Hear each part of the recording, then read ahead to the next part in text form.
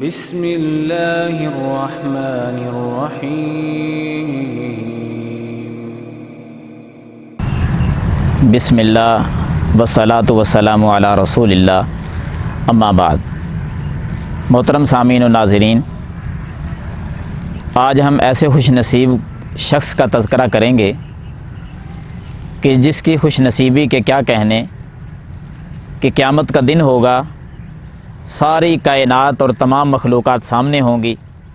اس کیفیت کے اندر اللہ رب العالمین اس خوش نصیب کو ایک ایسا انعام دیں گے، ایسی نعمت اس پر کریں گے کہ اللہ تعالیٰ اس بندے کو راضی کر دیں گے، وہ خوش ہو جائے گا۔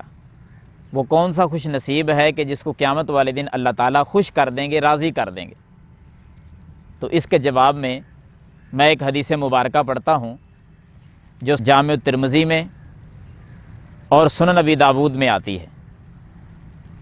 چند کلمات ہیں جو انسان ان کلمات کو اپنی زندگی میں 3 مرتبہ صبح کو پڑھے اور 3 مرتبہ شام کو پڑھے، یہ وہ خوش نصیب ہے جس کو اللہ تعالیٰ قیامت کے دن راضی کر دیں گے۔ وہ کلمات کون سے ہیں؟ وہ کلمات میں پڑھ دیتا ہوں، توجہ کے ساتھ آپ سماعت فرما لیں اور اس کو اپنی زندگی کا حصہ بنا لیں۔ کلمات یہ ہیں: رضیت باللہ ربا وبالاسلام دینا وبمحمد نبیا۔